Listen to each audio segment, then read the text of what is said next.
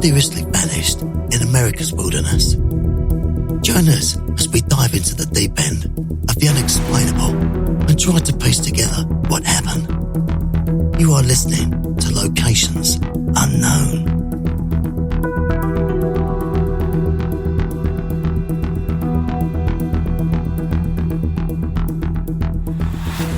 What's up, everybody, and welcome back to another episode of Locations Unknown. I'm your co-host, Joe Irado, and with me, as always, is a guy who is most certainly best friends with that English guy in all the action movies where everyone knows him, but just can't put their finger on his name, Mike Vanda Bogart. Thank you, Joe. Thank you to all of our loyal listeners for tuning in.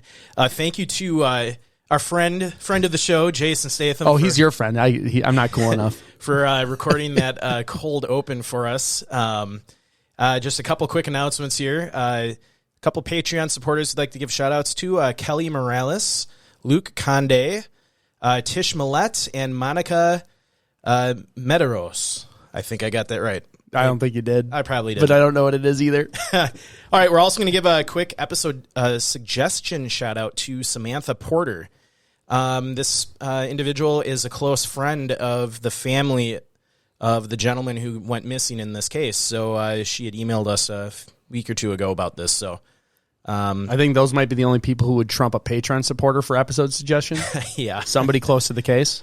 Yeah, this is a really interesting case. Joe, in a second here, is going to get into location profile, character profile.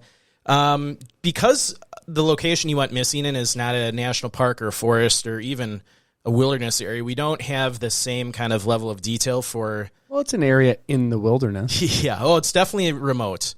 But it's going to be a little bit more high level, kind of on the generalized location of where he went missing. But Joe will get into that in a bit. So I have no more updates. Yeah, just I want to start mentioning the beginning of the show. If you have suggestions, comments, always call our phone number. I want to get so many on there so we can wrap up some Patreon episodes. And I love listening to your messages. We got a couple drunk ones. We got a couple funny ones. We still haven't done the episode with the Wisconsin names. I almost said Wisconsin names. I think we have a few more celebrity followers. We'll have to have one of them record the phone number for us. Absolutely. Yeah, 208-391-6913 is the number. Call it. Leave any type of message you want. Just remember, we may play it live on a show, so don't say anything you wouldn't want a lot of people to hear. Yeah, we caught that one lady. She started saying her address and the email address. I was like, ah! So, because we didn't listen to it ahead of time. So, yeah, only put information on there that you want potentially to be public on the airwaves. But the crazier and the funnier, the more likely we'll play it. Oh, 100%.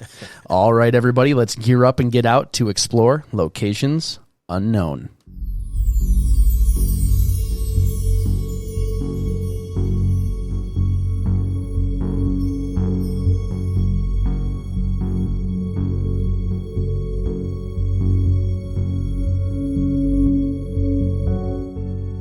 October 20th, 2018. A man goes scouting for a hunting location in Pine Mountain, Wyoming. He left in his truck and never made it to his destination.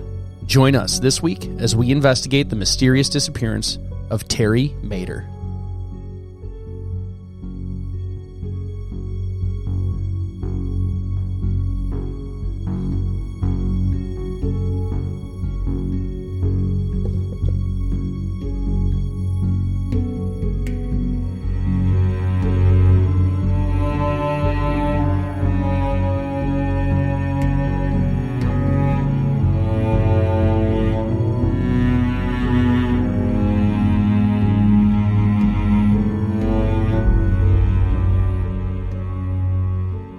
So Pine Mountain is located in the southwest portion of Wyoming, right near the southern border. And it sits at 9,555 feet. So it's actually a pretty tall mountain. And I'm actually going to throw this up on the screen just so you can see here. Google Earth was not being my friend earlier, so I'm just going to use Google Maps, so I can't get the 3D view, which is depressing. But you can see it is very remote, kind of in the middle of nowhere. What's the closest town to this thing? Well, Terry was from Rock Springs, Wyoming, which is about, I want to say 30 miles north. Yeah, I'll go to terrain. Okay, so yeah, It's 30 miles into the mountains in the middle of nowhere. It's remote. You're kind of, anyone who's familiar with Wyoming, on the western end of Wyoming, you've got, the mountain ranges. Up in the corner, you've got, what's the park in Wyoming? The big one. Yellowstone? Yellowstone, yeah. Yeah, you've got Yellowstone.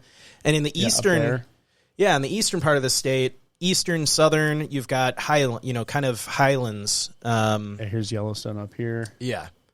So southeastern, eastern, southern. Yeah, getting all my locations messed up here, but for a lot of part of the state is just high plains country. It's arid.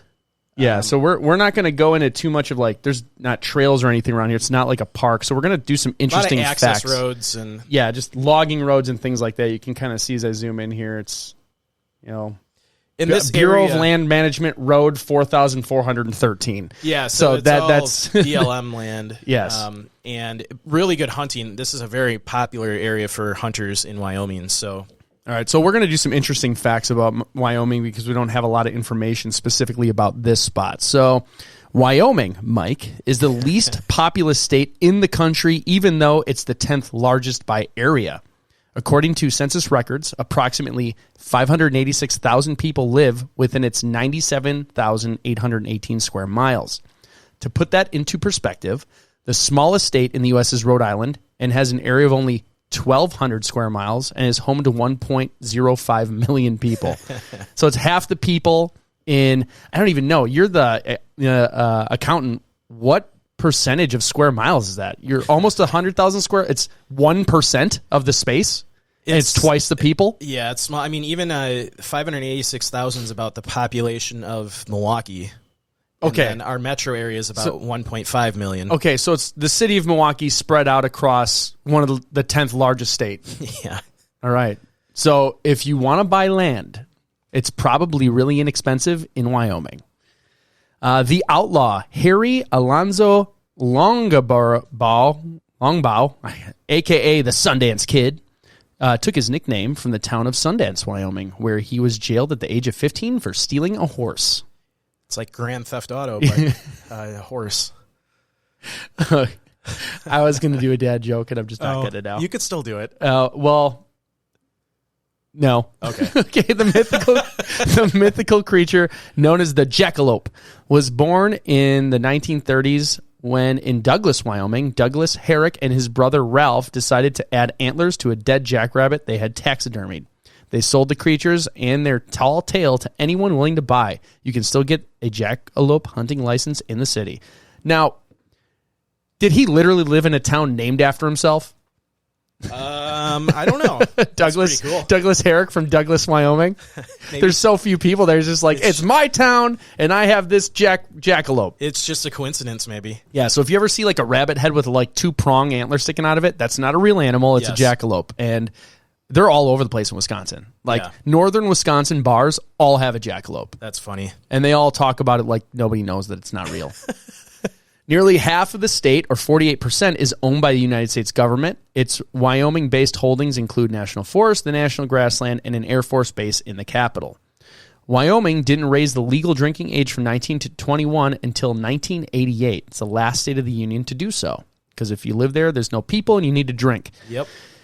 James Cash Penny opened his first store on April 14th, 1902 in Kemmerer, Wyoming. Today, there are approximately 1,020 J.C. Penney stores across America. There you go. J.C. Penney started in Wyoming. Yep. The Spanish Empire claimed southwestern Wyoming until it was ceded to the United States in the year 1848 at the end of the Mexican-American War. We're going to go into a little bit of the climate now. The state is considered a semi-arid east of the mountains, and since the mountain ranges lie in the general north-south direction, they are perpendicular to the prevailing westerlies. Therefore, the westerlies. Sorry, the mountain ranges provide effective barriers which force the air currents to move in from the Pacific Ocean to rise and drop much of their moisture along the western slopes. You see this on the West Coast in like Washington and Oregon. Yes, super green areas on one side, temperate rainforests near the ocean, and on the eastern side of the states. If you've ever driven through either of those states, it's pretty dry. Yes. So it's pretty cool. Heck yeah. I love weather. Yes.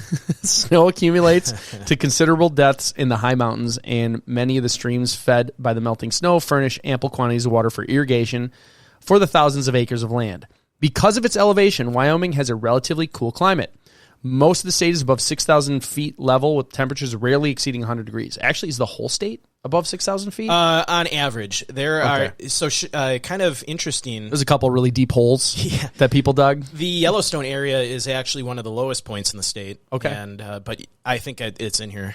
It's okay. Further down So the line. we'll get there. Yeah.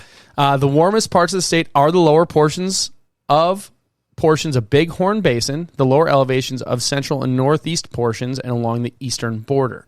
For most of the state, mean maximum temperatures in July range between 85 and 95.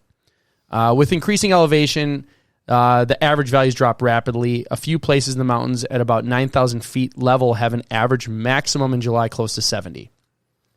Summer nights are almost invariably cool, even though daytime readings may be quite high at times. For most places away from the mountains, the mean minimum temperature in July ranges from 50 to 60. Of course, the mountains and high valleys are much cooler, with average lows in the middle of summer in the 30s and 40s, with occasional drops below freezing. So it can snow all year round up there. Yeah, it's rare in July, but it can snow in the mountains. In January, the coldest month, generally, minimum temperatures range from 5 to 10 degrees Fahrenheit. In the Western Valley, mean values go down to about 5 degrees below zero. The record low for the state is negative 66 degrees Fahrenheit, observed February 9th, 1933, at Yellowstone Park. During warm spells in the winter, nighttime temperatures frequently remain above freezing. Chinooks, warm downslope winds, are common along the eastern slopes. The period of maximum precipitation occurs in the spring and early summers for most of the state. Precipitation is greater over the mountain ranges and usually at higher elevations, although elevation alone is not the predominant influence. So it rains a lot in the mountains. Yeah. For example, over most of the southwest portion, where the elevation ranges from 6,500 to 8,500 feet, annual precipitation varies from 7 to 10 inches. That's not that much, actually. No. At lower elevations over northeast portions and along the eastern border, where elevations are mostly in the range of 4,000 to 5,500 feet, the annual average is from 12 to 16 inches. The relatively dry southwest portion is a high plateau nearly surrounded by mountain ranges. So the terrain. As we said before, it's pretty much high all over the states. Mean elevation is 6,700 feet above sea level.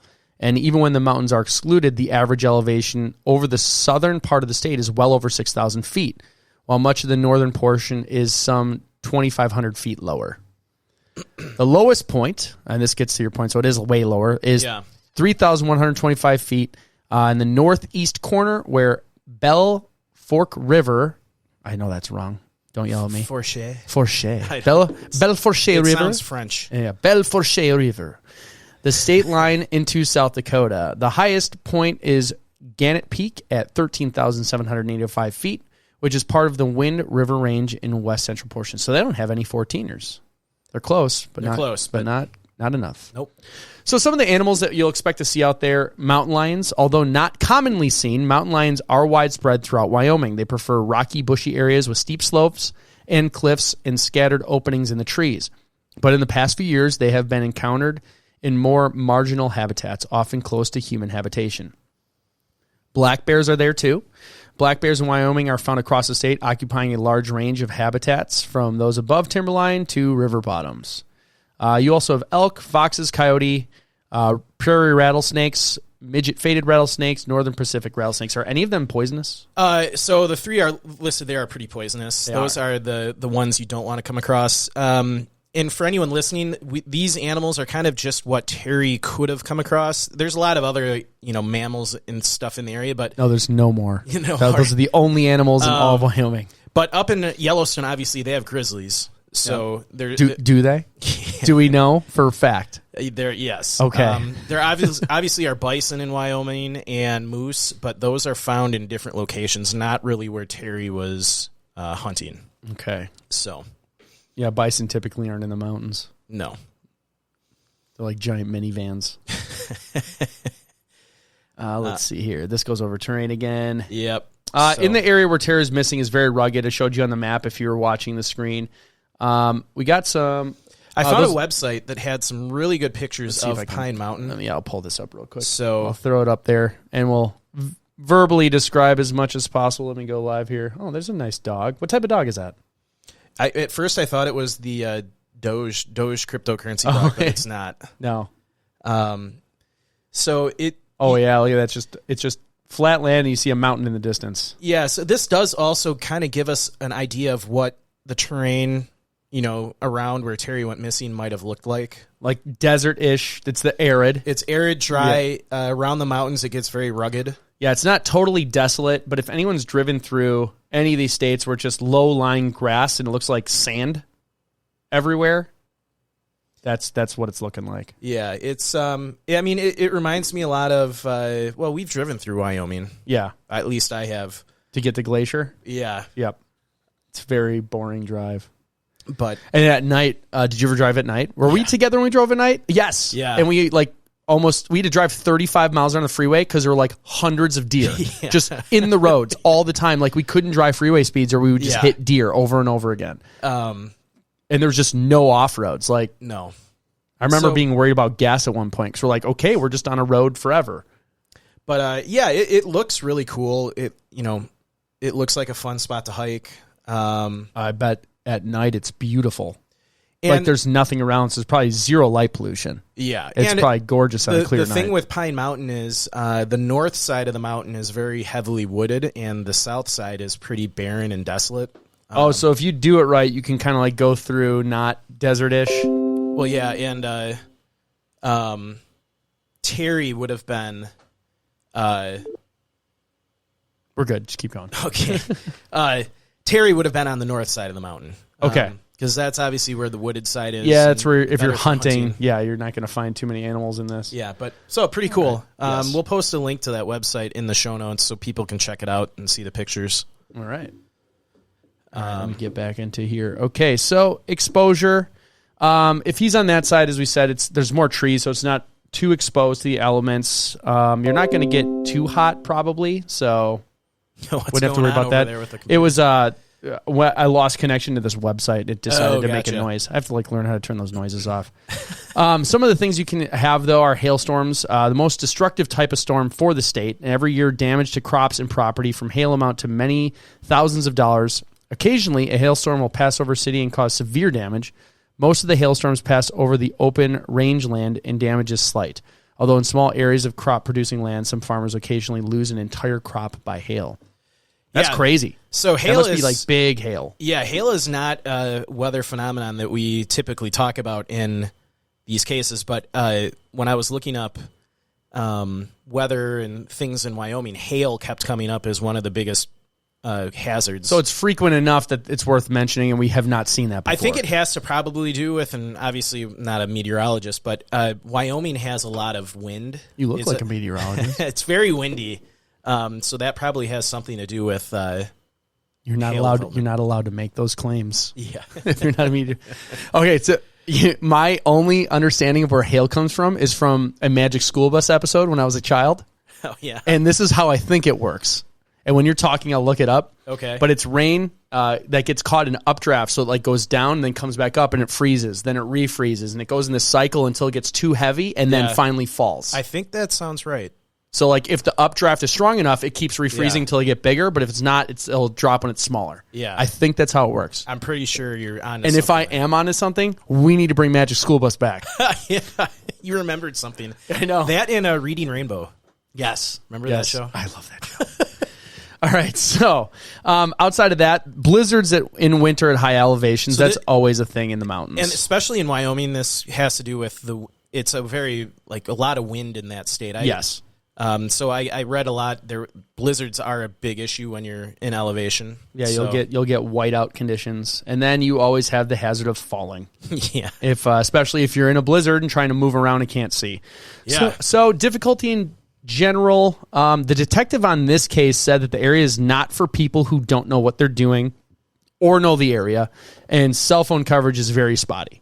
Yeah. So if you go and look at Google Maps, like we said, it's a massive state. This county that Terry went missing in is one of the largest counties in the country. and it's remote. Largest in size. In size, Okay, yeah. not population. No. And it's remote. There's no facilities out here. I go back to satellite. Let's see if we can get an idea of like where the. So those are trees. Yeah. So That's crazy. So like I thought, like didn't know what that was. Like it's so desolate. Like look at this patch of trees. yeah, it's kind of like an oasis. Kind of if you look It at the is. rest. Yeah, you zoom out. Like here's trees, and then this is all just dry, arid. Yeah, it's like an island of mountain. So I bet that's just chock full of animals. Yeah, that's why it's a very popular hunting spot for people in Wyoming. Okay. So I believe you now. I didn't believe you at first. yeah. So okay. All right, let's talk about Terry. Yeah. Terry went missing on October 20th in 2018, so only a few years back. He's a male. He is age 74 at the time of the disappearance. He was 5'10 and 180 pounds, gray hair and blue eyes. When he went missing, he was last seen in an orange jacket. I'm assuming it's a blaze orange hunting Yeah, it's jacket. for hunting. All right. He smoked cigarettes. He did not have a cell phone that was on or charged. So yeah, his son said that he was not a techie kind of guy, and he had a cell phone, but sometimes he would forget it. Sometimes he would take it, not turn it on, and other times he'd forget to charge it. Okay. So medical issues. He suffers from bipolar disorder, which he keeps under control with medication. So if he's on his meds, it's usually pretty good. Yeah. It's when you start forgetting those that it can start causing problems. He was taking the medicine as directed at the time of his disappearance, so that shouldn't have been a factor. Yep. His occupation, he was a former junior high teacher and restaurant owner. Experience in the wilderness, he was an avid hunter, grew up on a mountain ranch between Moab, Utah, and Grand Junction, Colorado. He lived in Rock Springs, Wyoming for 48 years up to his disappearance. Average high in the area he went missing is 61 and the low is 31. So that was the temperatures at the time he went missing. So I would say it's safe to say he knows the area. Yeah, he lived around Rock Springs, like we said. It was just north of this area. So he hunted it for almost 50 He's years. hunted, all over this area for a long time. So I think it's safe to assume, in the sense that he knew the area, very experienced, in the sense that maybe was he prepared fully for going out into this remote of an area? Probably not. Yeah, if he just like, hey, I normally go this way. Yeah. Well, I'll get to bring limited supplies because I'm going to be in and out. If he's just looking for a spot, maybe scouting, you're not planning to stay out there, so he probably didn't bring all of his gear. Yeah. And then just people in the case you might hear, if you hear say BJ, that is the son of Terry. So that is the mention if we say someone like BJ. Yes. Mike, our next partner, has a product I use literally every day. I started taking AG1 because, as many of you know, I got into kickboxing and was feeling slow and sluggish on training days. I was taking more supplements than I could count, and nothing was helping. One of the fighters at my gym recommended Athletic Greens AG1 Daily Health Drink, and I've never felt better. One scoop of AG1 in the morning has me ready to take on Mike Tyson by the time I get to the gym. One serving of AG1 contains 75 high-quality vitamins, minerals, whole food-sourced superfoods, probiotics, and adaptogens that supports better sleep, quality, recovery, mental clarity, and alertness.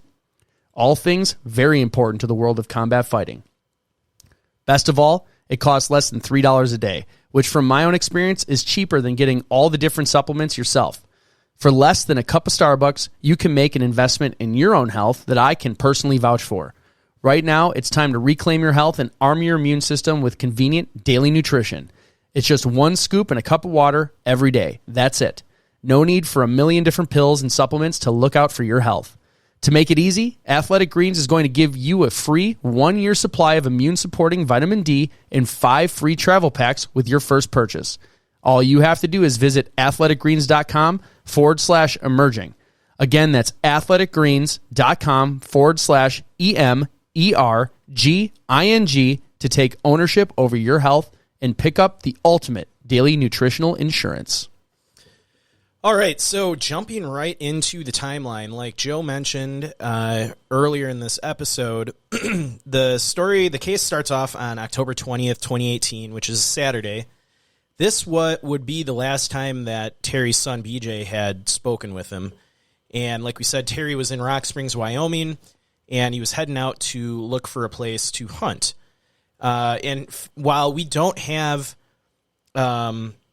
verifiable evidence that he was by himself, his family, law enforcement, everyone thinks he was alone on the trip based on the evidence that was found and statements from family. So I think it's safe to assume he was alone on this trip.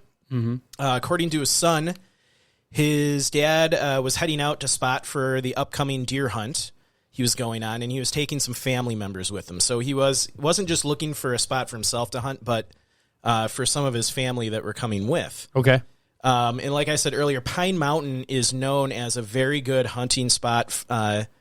Has lots of sections of sagebush, trees, and some very steep terrain. And hunting season in this part of the country starts in August and ends in November. So moving forward to the next day. So Terry has not been officially reported missing yet, but it's October 21st, 2018, which is Sunday. And some bear hunters from Rock Springs reported, they reported this after Terry was actually reported missing, that they had seen his abandoned truck 6 days earlier, the day after Terry left home. So that would have been October 21st. After searching the area, the hunters followed boot tracks leading from the truck and traveling west for about 2 miles down an access road to where the tracks disappeared into the trees. And according to the lead detective on this case, the trees in this area where his tracks disappeared were very thick. Not like, old growth forests where you can kind of see off for a distance, like a wall of vegetation, basically. Okay. So, yeah, on the map, now he was on the north end of the mountain, so you're kind of on the east side if you scroll out.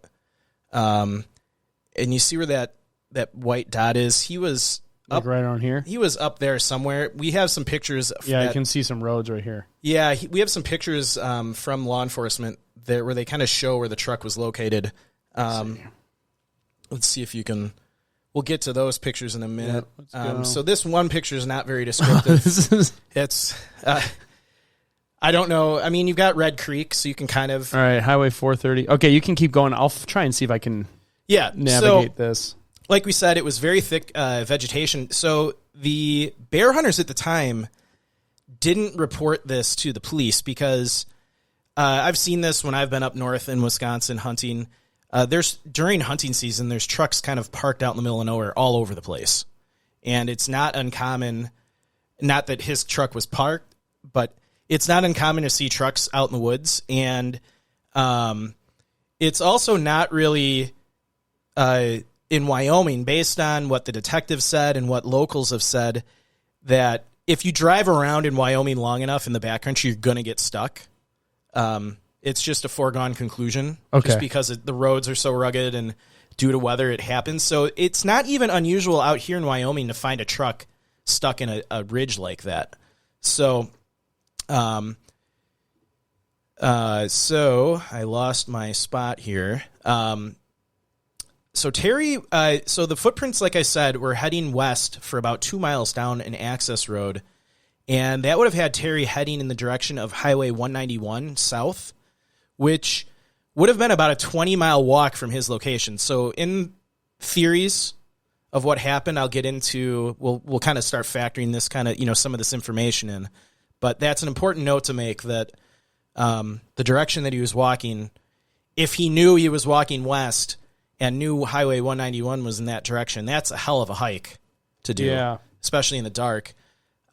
So we are fast forwarding now to October 22nd. So the next day, according to family and friends, Terry was actually supposed to meet up with a friend to cut up an antelope, but never showed up. So this is kind of like the first clue that something might be wrong. But again, no one at the time reported it because, sometimes I think I read somewhere that, it wasn't unusual that, maybe he stayed out a little longer to hunt. So, okay. I got the picture of his truck pulled up. Yeah. He's just drove into this big wedge. Yeah. It's probably, like you're driving and your wheel starts getting pulled in and for those listening, it's kind of tilted into almost a little ravine, but the ground is holding up the middle of the car. So think about on a snowbank, the wheels aren't touching the ground. So it's not like you could maneuver. You'd have to get towed out of here. And I'll get into why these ruts are in the road. The detective kind of detailed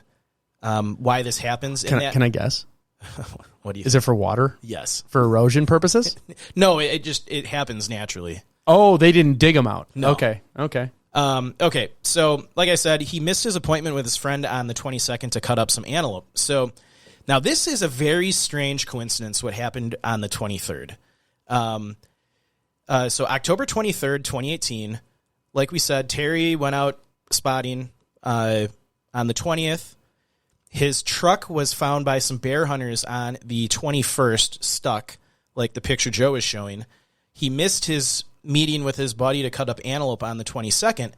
And now on the 23rd, a pizza order was made and sent to a family friend of the Meadors with the name Meador written on the box.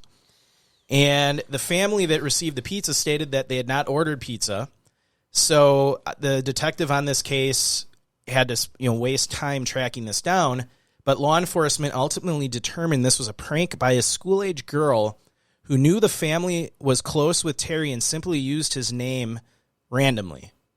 That's a really mean prank. It was a mean prank. She was playing it on a friend, and yeah, what a great friend. Yeah, but your grandpa's missing. Let's order a pizza. I think the girl was 6. So okay. Young. Okay, yeah. That's fine. So the law enforcement detective, spent days tracking this down. Eventually, got a warrant from Verizon to get the information from the phone call that made the pizza order. Well, taught her a lesson. And he showed up at the house where the girl was living to talk to her, and I'm sure scared her straight. Yeah. Though I heard an interview with the detective. He sounds really nice, so probably everyone in Wyoming's nice. Yeah. So that was the 23rd. Very strange coincidence. Had nothing to do with the disappearance. October 25th, 2018, which is a Thursday. Now, some of you who are looking up this case, there were some news reports that stated he was reported missing on the 26th. I'm going to go with the 25th based on law enforcement posts that I read. So Terry is reported missing to the Rock Springs Police Department on the 25th.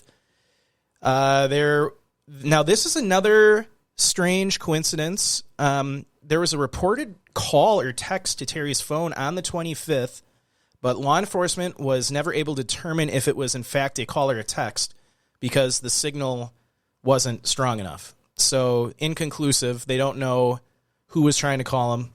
Okay. But if people are reporting him missing on the 25th, it does make sense that people probably tried to call his cell phone. So we're now on. I finally located where his car was. Okay. Like right here. Yeah. So look at that terrain where he, theoretically went missing. Pretty flat. Yeah, and like wide open. Yeah. I mean, you saw it in the picture of the car. I didn't see this map on here the first time, that's why. But yeah, look at it around there. Like, it's not like he got lost in the woods. No. Okay. So we'll get into a little more detail about the car that was found. So it's October 26th, 2018. Deputies and Sweetwater County search and rescue volunteers were on the scene that Friday. The sheriff's department set up a mobile command post, and search activities were commenced with, throughout most of the day, nothing found. And just to put this in perspective for people listening, the county Terry went missing in, Sweetwater County, is 10,000 square miles. It's larger than 6 states, and it's the 8th largest county in the U.S. And really funny, when I listened to an interview with the detective, and he said when he first joined the county sheriff's department back in the early 2000s or mid 2000s, there were 2 deputies that patrolled 10,000 square miles. Oh my gosh! So he's like, we could be out working one day, and I could be at a case on one end of the county, and my fellow deputy is like 6 hours away. Like, 10,000 square miles is a huge. Would they use like helicopters? No, patrol cars. Are you serious? Yeah. At that point, like, I feel like you'd have to make them get like a helicopter license. I mean, you got to think with how sparsely populated Wyoming is. There's probably, like where we live, sadly, there is, a lot of crime from time to time. There's probably not a lot, but there's all, like, you think about rescue. Yeah. Like, everyone's on their own. Well, yeah, I mean, these are just the deputies. I don't know about, like, EMS and fire. I'm sure each little town has their own. It's all volunteer. And, you know, like Rock Springs has their own police department, and the cities have their own police departments, but still, 2 deputies when he started for 10,000 square miles is mind-boggling. I'm picturing like a sheriff's office with like the swinging doors. Oh, yeah. And they have horses. Like there's like just never like, you know, we're just going to keep it like it was. There's one just appoint a deputy. Like I'm going to deputize somebody to help one day and then take it away. Kind of like Tombstone, the movie. Exactly. They just pull out deputy badges. Like, yep. They just throw your deputy now.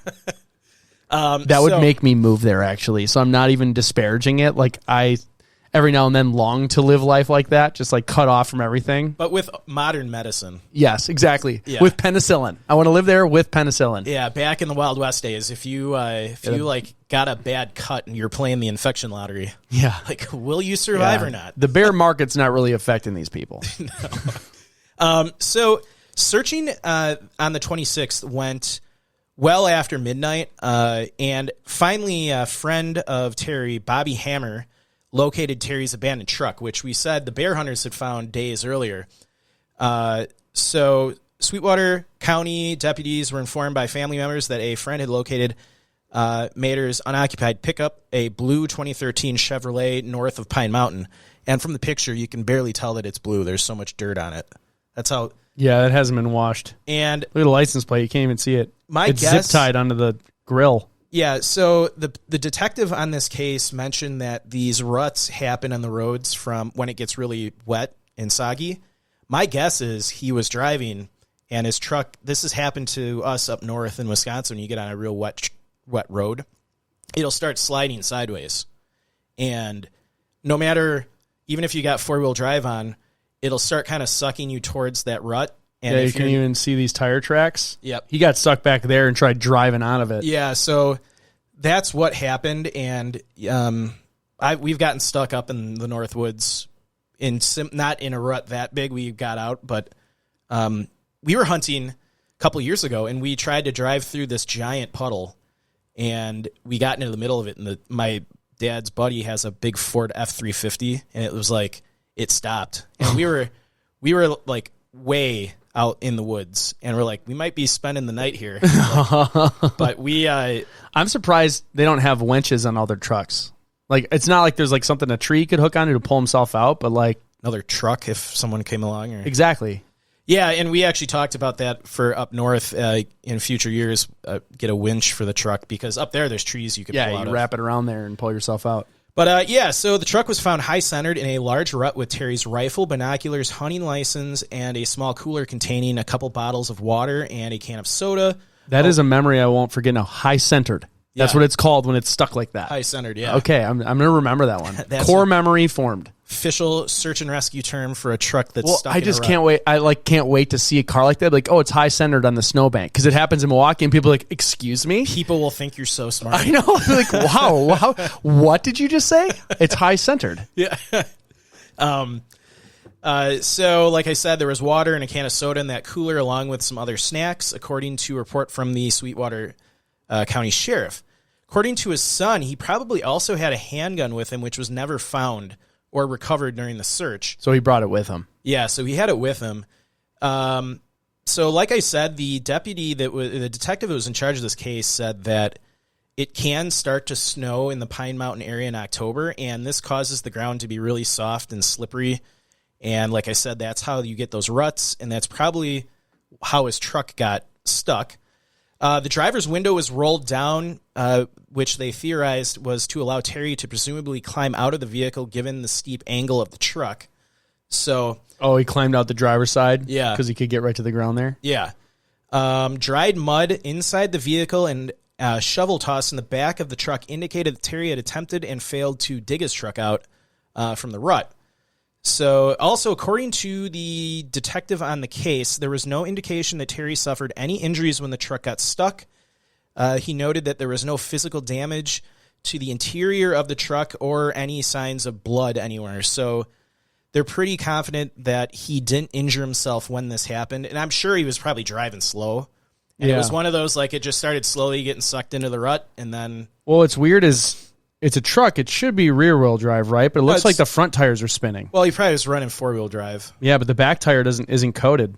Well, That's I don't know. Yeah, that's weird. Maybe he didn't have 4-wheel drive on at the time. I don't know. All right. So, what else? Yeah, and like I said earlier, locals in Wyoming say that if you spend any amount of time driving around the backcountry, you will eventually get stuck at one point or the other. It's not a if, but when. It's a when. I mean, look at these roads. Yeah. So now through the next couple days, October 26th through the 30th, they had ground units, they had fixed-wing aircraft and helicopter searches in the air and on the ground. They had search and rescue teams, and family and friends were all out there searching. And I'll get into these grid. Pretty cool. Here's the volunteers. Yeah, here's one of the. I think this was in November. They did a big search and rescue operation later in the fall, which I'll cover here. But yeah, they had a massive team out there. But I think just like we talked about how expansive. I mean, that's half the state. Oh, but yeah. I've got dad jokes today. You got them. So it's October 27th, 2018 now. So the search for Terry south of Rock Springs is still underway, and the Sweetwater County Sheriff Mike Lowell was urgently requesting that no one fly their privately owned drones in the area. So apparently they had a lot of local private landowners and people that had drones now that wanted to fly them around, but they're worried about the aircraft. They're worried about the helicopters and fixed-wing aircraft in the air. So they actually had specific times during the search where people could operate drones. So, that's cool. Yeah, so they did let people do that, but I'm such a fan of crowdsourcing every problem. Yeah. Like almost every problem. Yeah, and the sheriff goes on to say, we had a good number of inquiries and offers to help from drone owners, and we very much appreciate them, but a helicopter is part of the search effort now, and the presence of drones in the search area would create an extremely dangerous situation for the air crews, so it makes total sense. Yep. Moving forward to October 28th of 2018. So the search for Terry continued that morning. Sweetwater County Sheriff Mike Lowell said ground units, fixed-wing aircraft, and a helicopter were deployed Saturday in the Alkali Creek, Corral Creek, Salt Wells Creek area about 35 miles generally south of Rock Springs, but were unable to locate Terry Meador. So the search would continue on for several days, and then they organized a very massive search on November 3rd of 2018, which is a Saturday. So Sweetwater County Sheriff mounted a major search operation to stay ahead of weather predicted to worsen over the following days. Sheriff's deputies, canine teams, search and rescue, tip-top search and rescue, a University of Utah AirMed helicopter, and over 150 volunteers, which Joe has pictured here on the screen, participated in the search. Unfortunately, the search was unsuccessful. They went on to say over 60 square miles have been searched now by teams on foot and horseback, along with land and air vehicles on and around Pine Mountain. Structures within the area have also been searched. So 60 square miles is a massive area to search. You know, and that's a lot of people, but that's nothing compared to the size of the search area. And so sadly, November 14th, 2018, which was a Wednesday, the sheriff announced that due to low temperatures and adverse weather conditions, the official search and rescue operation was suspended. So Joe has some interesting pictures up here. So the first map here on the left of your screen, this map depicts the area searched by air and ground units since October 26th, particularly the search of November 3rd, defined by a 5-mile radius extending out from the spot where Meador's pickup was found, which is at the center of the map. County roads and BLM roads are highlighted and dashed with dashed single lines to indicate 2 tracks and trails. The numbers highlighted in yellow identify designated sectors that search teams were assigned and searched. All right, so those listening, what we're looking at is a map overview of the area. The center of it is a black dot where his car was, and there's a 5-mile diameter circle on the map. Yeah. And it's almost like a pie chart. It's not perfect spots, but each section of the pie, there's 7 sections. They're numbered, and that is the search area. So we have like the right side is 1, and it goes around clockwise 1, 2, 3, 4, 5, 6, 7. Yeah, and this is it looks like the search area's got smaller, the more rugged Yeah. It looks like probably because you won't want to search those huge areas. Maybe, I don't know. And maybe there was more. It required more specialized search teams. Yeah. But this is in line with a lot of with like modern search techniques. The grid search technique. It doesn't always have to be like a square or rectangle. It's a diameter, and they basically chop it up into pieces. And Yeah, I'll do a photo folder on Facebook for this episode and drop all these in here. So if you're listening now and want to check it out later, it'll be available. yeah. So now if you go back to that picture with the two maps, Okay. the map on the right. So because footprints leading generally west, away from the Meador pickup truck were reported, Sector 4 was a subject of an enhanced search. Searchers on foot and trackers scoured in particular the course of Red Creek from the Red Creek Ranch to the spot where Meador's pickup truck was found. So Now, they said his footprints weren't going along a road, though. they were for about 2 miles and then kind of disappeared into the woods. That's wild. Yeah. There's a theory. Okay. Law enforcement has a theory on why I was going to say, I would stay on a road. His like, tracks at a veered. minimum, you're going to... Yeah. There's like one road. Yeah. No, I mean, yeah, you would stay on the road. And even, I have some like notes about the case, but his son mentioned that his dad always told him, if your truck gets stuck, stay with the truck. Someone will find you.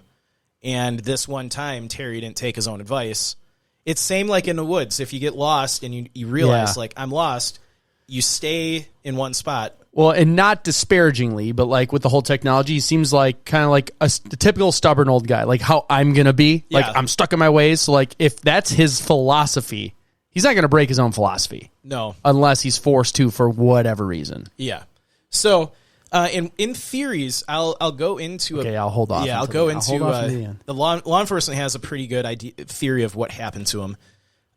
So, like I said, it was November, 14th when they called off the search and rescue officially. But like they do in a lot of missing persons cases, the following year when SAR teams are out there training, they trained in areas where people went missing. So in September of 2019, a search and rescue team with cadaver dogs was training in the area, and they found a glove in the area where Terry had disappeared. His son saw the glove and didn't recognize it as something his dad would wear, but they decided to send the glove off for DNA testing. But unfortunately, the testing lab couldn't find enough DNA to figure out whose glove it was, like anybody. Oh, it was probably sitting out in the elements too long. Yeah, so the results were inconclusive. So that is the main timeline. I have just some notes here about the case and about other things that happened.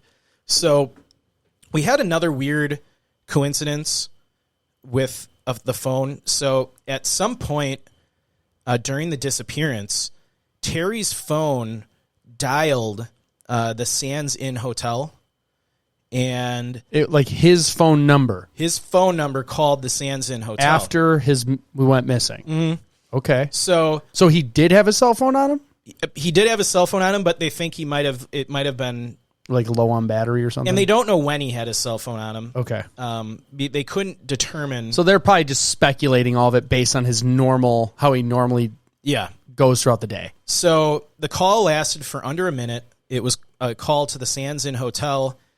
The law enforcement could not determine one way or the other if it was on purpose or it was a butt dial. His son thinks it might have been a butt dial. No one in his family or friends has any clue why he would call that hotel. My question is, it probably was a butt dial, but how do you butt dial?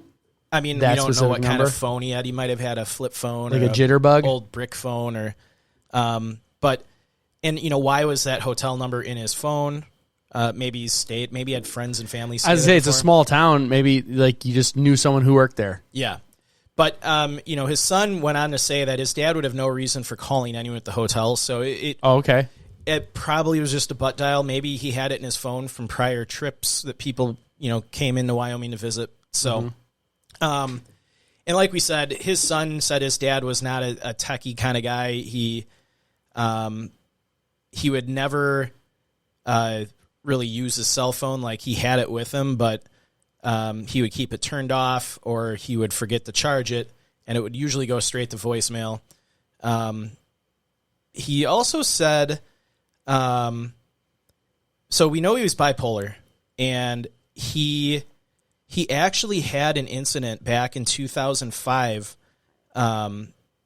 when he was, I believe, moving his mother into an assisted living home in Arizona, and he went off his meds, and he ended up being admitted to a psychiatric facility in Phoenix for several days while they got him, back on his medication and had everything adjusted. So he did have a case of going off his meds and kind of going, having issues in the past. And the detective also mentioned that he did in the past have a DUI. I don't know the actual date of that, but the detective went on to say that from everything in his, case file, Terry was a very law-abiding citizen with all respects, and he was, very well liked and loved in the family and in the town. So even though, he had a DUI, like, that was a one-off kind of thing. Sure. Well, and stress is like one of the main triggers of the bipolar episode. Yes. So, and finally, I knew that one. One little tidbit here. The week Terry went missing was the 24th anniversary of his wife passing away. Oh, okay. So, like, he could have had that emotional stress on top of his truck stuck. Yeah. Now he's walking. Okay, I won't go into theory. You're starting to piece together a little bit. So with that, why don't we just jump right into theories? Yeah, I've already kind of tiptoed around a couple of them. Let's just go right to it. I'm going to go into what law enforcement thinks. Okay. So the general theory, the Cliff Notes, is authorities believe he got lost and died in the wilderness. Obviously, that's a good likelihood. So the main detective now this is where the path of the tracks he had comes into play. He was talking about how the direction the tracks were going was heading towards I-91 South, which was about 20 miles away from his truck. Terry is an experienced hunter. He's been in this area for a long time. Even his own advice is to stay with the truck. So they all thought it was very weird that he would do that. And that he would not stay with the truck, walk away. And they even found one of his cigarettes like 200 yards away from the truck. So they know he was out there walking. He was smoking a cigarette and walking away. Okay. So the law enforcement pretty much ruled out suicide based on friends and family statements. He was not suicidal at the time. He's planning a hunting trip for his family. He was on his medication. Yeah. So they don't think he went out there to commit suicide. And he had all the gear with him. And what was the anniversary of his wife? How many years? 24 years. Okay, so it's not recent. No. Not recent enough to be like a major triggering event. Exactly. Like it's been coupled many with years. other stressful events. Well, I'm just saying in general, like coupled with other stressful events, I think could create that bipolar episode. But like I would say, suicide's off table. Yeah. Based on the planning, what was happening, his age, how long ago that incident occurred. Yeah. Okay. So the lead detective's theory on this case, he says Terry got stuck, got out of his vehicle, and tried to dig himself out. This area at this time would have been very cold and moist, and Terry would have gotten cold trying to dig himself out. He got to the point where hypothermia started to be a factor. It could have been very cold at this point. For some reason, either he saw headlights or saw something else and made the determination to walk in the direction he did. Okay. He said, due to his medical condition and potential hypothermia, he veered off the road and got into some thick brush and got lost. They said, he goes on to say, he might have not had additional medication with him, so we don't know. Yeah, I wonder what the half-life is of the bipolar medication he was on. And if he got stuck on the 21st, we don't know how long he stayed at his truck. If he didn't plan on being out there for longer than a day, he maybe didn't bring any medication with him. And I don't know how long you can go off that medication, but the detective seems to think that the combination of his bipolar disorder and hypothermia, which already will cause people to make, not make the best decisions, he decided to walk and went into the woods for some reason and got lost and succumbed to the wilderness in the woods somewhere. And the detective points out that he said there's a lot of scavengers in this part of the woods. There's coyotes, foxes, black bears that could potentially disrupt the remains of somebody. Okay. Real quick, I know we didn't know what he was on. I just looked up benzodiazepines because that's an anti-anxiety medication typically prescribed to bipolar. So it's just we're assuming, we don't know that he was on benzos.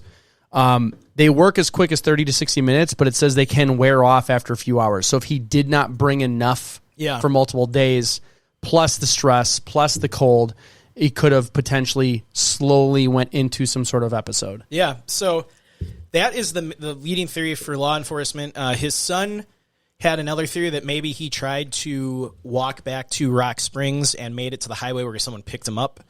I don't think that happened. I don't think that happened. And my hunch says that didn't happen. Yeah, and like we said, they pretty much ruled out suicide based on just all of the factors in the case. So that was law enforcement family theories. What's your thoughts? I don't want to belabor that point, but I do feel like it was a medical episode that made him. Wow, that just keeps I keep closing that and it keeps wanting to pop back up. Hold on, let me quit that so it stops that noise. I think he would have stayed with his truck if he wasn't in some sort of altered mental status. Something made him go that direction and then randomly veer off somewhere else. I feel like that could, if it was cold, if he's medication's wearing off, maybe in a stress state already. Yeah. You kind of have that perfect storm situation, which I feel like sounds rare, but usually makes sense. Because if it's not happening, I feel like he would have been on the road and someone would have found him eventually. Something made him veer off there. And think of the angle of the truck. So he's a 74-year-old man. I'm in my 30s and I ache. Things hurt. Yeah. Can you imagine spending several days? If he has no camping gear, his only option is to stay in the cab of the truck at an angle like this. Yeah. I mean, that would be uncomfortable for anybody, let alone somebody in their 70s. Oh, what you're saying is maybe he did stay in the truck for a long time. As long as he could, and he couldn't. He got to the point where he's like, I got to move. I can't stay in here any longer. And I didn't think about that. And you couldn't stay outside because if it's cold and rainy, your only option's stay inside the truck. Yeah. You could keep it running and keep the heat going. But if it's so uncomfortable that he can't physically stay in there, he's probably just F it. I'm going to try and walk somewhere. I wish he would have kept digging. Right. After that much time, I feel like you could have made a rut big enough to get the tires out or something. Yeah. So I don't know. Maybe if you had more people, if there's a couple guys with you. Yeah, I don't know what type of condition he was in and his ability to dig either. And like you said, if he didn't bring any additional medication with him, yeah, he's starting to not think good clearly. For the first day and then went off his meds, and that started affecting his thought process. I tend to agree with the law enforcement theory that I think he tried to stay at the truck as long as he could, and at a certain point he's just like, I can't stay here any longer. Mm-hmm. And the combination of probably being cold and off his meds, he started walking, and then it's so frustrating. I wonder how close he was to, how long was the window from when he began walking to when the truck was discovered? Yeah. You almost don't want it to be close. Yeah. You want it to be a long time, I don't want to think about it. That no, sucks. But yeah, it's a very puzzling case. Nothing of his gear, his handgun has never been found. The clothing he was wearing hasn't been found. They continued to, search the area from time to time, family and friends, but it's another really strange case where footprints basically just vanish into the woods. What's your off the deep end? I've got one. Let's hear yours. I don't know. Aliens. Okay. And only because what made me think of it as purely an off the deep end theory. Yeah. Is what made him go away from the truck. Did he see lights? Jackalope. Jackalope. A rabid jackalope. He followed a jackalope to the alien ship. No, I'm thinking with UFO lights going towards that thing. It's a car, and then pop. Yeah. Abducted. Yep. That's my off the deep end. I feel because that area is very New Mexico-ish looking. Yeah.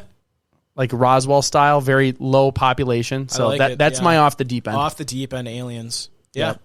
Well, are you going to join me on the off the deep end train? I'm on your train. All right. Yeah. Let's go it. Let's do it.